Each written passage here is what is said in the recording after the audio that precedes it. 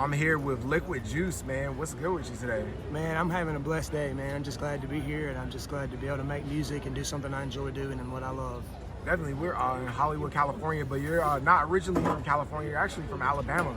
Yes, I'm from Athens, Alabama, a small town in Alabama. Not much go on there. So we packed up and came out here last year to go to recovery, me and my girl did. And we've been out here just making the best out of what God gave us and just trying to turn nothing into something, you know? Man, I feel like, like coming from a small town, like it would be like a big difference, like, like in southern Los Angeles. Can you talk about like, just like the differences you notice like right away? Well, I would say that people out here have there's a different culture and lifestyle here in California than Alabama. Everywhere you go, there's people out here making money and they're trying to hustle, and there's a sense of community. And California has so much more to offer, and it just seems like you can be yourself out here and you can promote and people don't judge you. Back in Alabama, it just seems like it's such a small town. There's everybody knows everybody, so it's kind of hard to be inspired whenever you're just have a 9 to 5 and you have nothing to look forward to every day. So we had to get out of the box, and come out here where the land of milk and honey. Definitely. You mentioned like being in recovery, and being from like somewhere like like Alabama, like I think like the one commonality I see like with like Los Angeles is the opioid epidemic. It's like it's terrible. Yeah, we've seen 3 or 4 of my friends pass away in the program since we've been here from fentanyl, because the drugs out here are different from the drugs back in Alabama. They're pure and uncut, and I think they cut the fentanyl, or they cut the methamphetamine with fentanyl to get it more addicting. It's a bad thing. It really is. And I talk about it in my music more than anything. I promote recovery and self-care and good things like that in my music, because what you put out is what what you manifest into your life. So I try to manifest just good things all the way around. Yeah, man, I love your social media. You're always putting out like positive content. I enjoy like your music because you put a lot of your life into it. You have this one song called California Morning about your friend Josh. Can you talk about that? Yeah, it's crazy. The last interview that we did, that song just came out, and now that's my most streamed song with over 15,000 streams. And that song really means a lot to me, because it's about my best friend Josh LJ Patterson, who committed suicide. And he was growing up to me. He was my best friend, and we had a little band together when we were younger. And we always said we were going to come to Cali and do music. And when he committed suicide a few years ago, it took a part of me. So when I came out here, I always told myself I was going to do it for LJ, and that's where I got my name from. But that song is very inspiring to me, and it's still to this day, it's like the foundation of my music. That guy right there, he's a part of me. Most definitely. What would be like some of the biggest challenges of being like an independent artist? I would say like promotion and marketing and just the lack of funds, really, because it costs so much money doing music. It's the easy part's making the music and putting it out, but the hard part's getting people to listen to it. And I think that if you have something to offer, by telling your story, other than by sharing other people's experiences, I think that my story alone should speak volumes. And I think that I don't know. If people gave me a chance, I think they might find it pretty interesting. Definitely, yeah. Like, what are you doing, like, to get your name out there? Like, what have you found like most effective? Because like, there's like a lot of like different arguments. Like, some people would feel like you got to do live shows. Some people would feel like you got to go network. Some people feel, how do you like divide up your time and figure out what's worthwhile? Well, I put my heart into everything that I do, man, with this music. And I wake up and I think I literally try to manifest all positive energy. I try to think to myself, what can I do to make myself, a better person every day?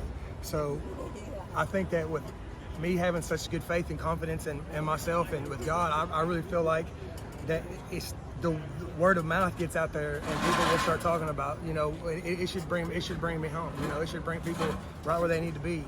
And I have other platforms that I use besides social media. I have other ways to promote, and there's many ways. Right. It don't stop. You just got to keep being consistent with it, keep promoting yourself and believing in yourself and trusting in God. Definitely, man. You talk about God, like you talk about the role He's played, like in your life. And yeah, Well, it's really sad to see out here and the different cultures and the different. When I say sad, I speak about Scientology and that we live right beside the church. You know what I'm saying? We live right beside it. So it's just crazy to see how people cannot believe in the God and not believe in the God. It hurts me to see people that don't believe in God, because God means so much to me, and I know that without Him I wouldn't have been able to get clean. I wouldn't have been able to help other people in my recovery. So to me, He's everything. So I think like a lot of people would say like though the entertainment industry is kind of like darker. Like a lot of people and stuff, I could think about, like Ice Spice at the Super Bowl, she had the like upside down crucifixes. Throwing the horns up. Yeah. Like, what do you think about like, just like people promoting like, satanic imagery? I'm trying to do my best to just stay centered with, with my higher power, so I know that there's going to be different ways that I'm going to be attacked by the devil and all, so I just try to stay focused and just stay and like meditate throughout the day. But I don't think I couldn't sell my soul for any type of dollar, or any fame. But to me, it's just, I don't know. It's sad to see people that sell their soul for money or just to get on TV or whatever. Definitely, man. I know you got some collaborations. Can you talk about like like the artists you worked with recently? Yeah, I just did a song with a really hard rapper named Juic3. He's blowing up big on Spotify, and I just did a feature with a guy named Blade Styles. That should be coming out here pretty soon. I'm really trying to work with other people. I'm trying to work with other artists. Like I'm not even going crazy about trying to charge people for features. I'm just trying to get my name out there and just be helpful and help other people in recovery. Man, if you could collab with like any artist, like who would it be? Like one producer or one artist? It'd probably be like Jelly Roll.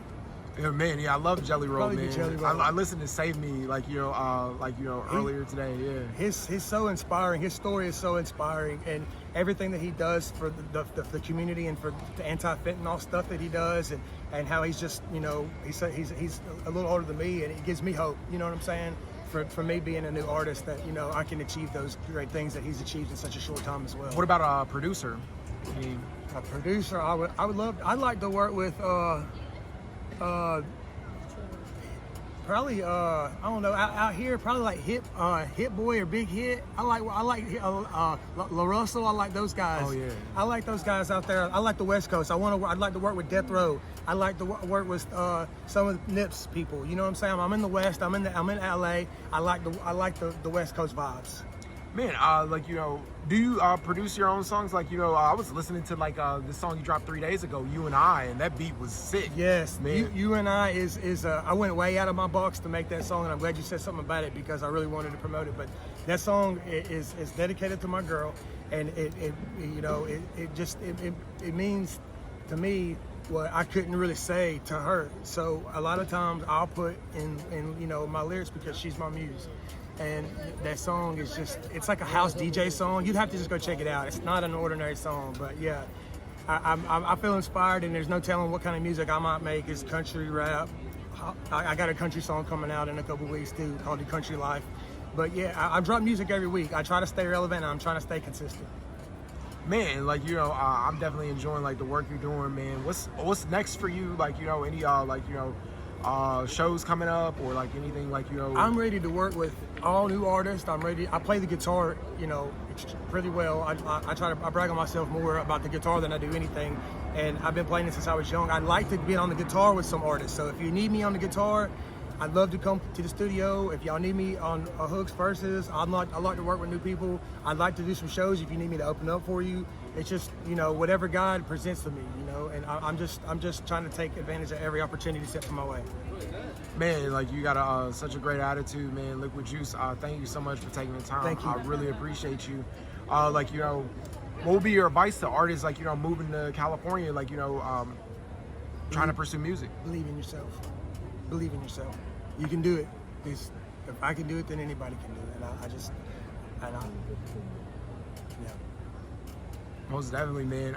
Liquid Juice, man. Thank you so much again. I really appreciate you, bro. Thank you. Have a good day. For sure.